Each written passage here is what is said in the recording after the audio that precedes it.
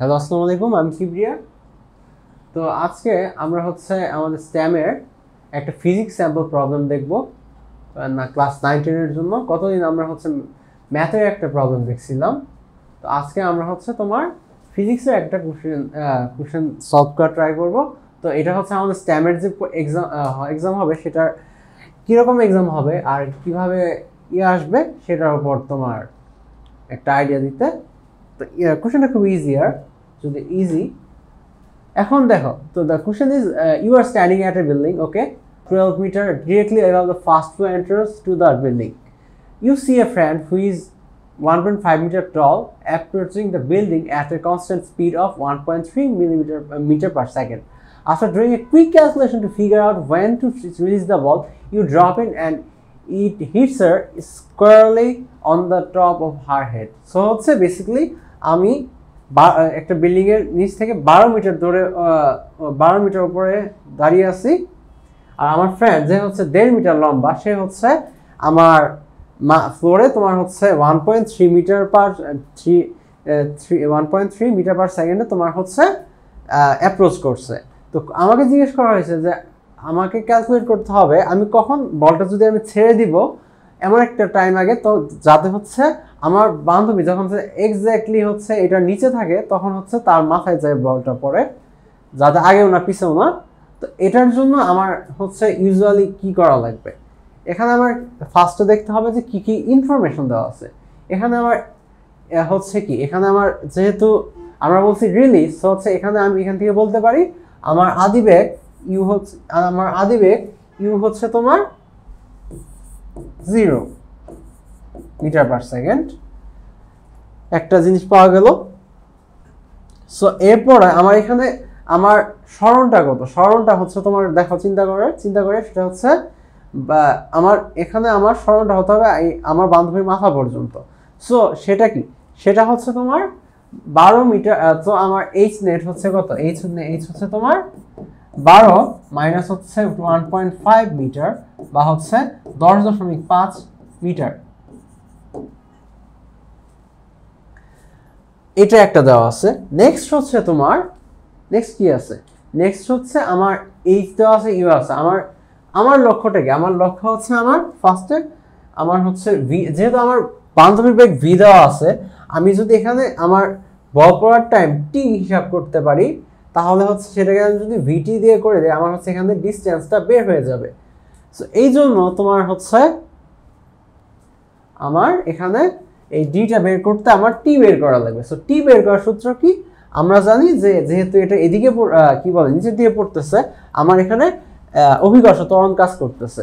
So আমার এখানে আমার স্মরণ যেটা হবে এইচ হবে তোমার UT plus half GT square, right.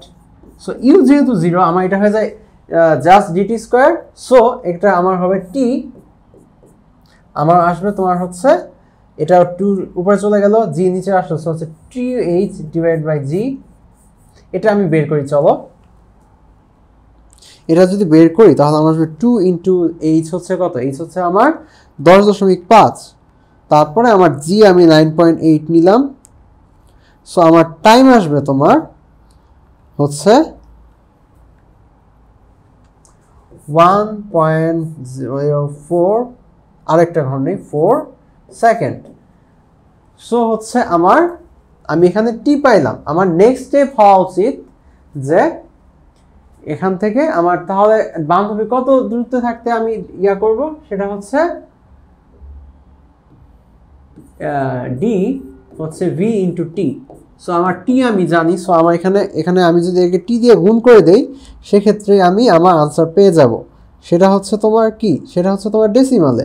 So এটা ছিল 1.3 আর এটা আমরা পাইছিলাম কত, এটা পাইছি আমরা 1.146 সেকেন্ড। সো এটা আমার আসবে তোমার কত 1.3903। আমরা আমাদের এক্সামে আমরা যখন সাবমিট দিব তোমাদের কোনো অপশন থাকবে না, বাট জাস্ট অ্যান্সারটা সাবমিট দিলেই হবে।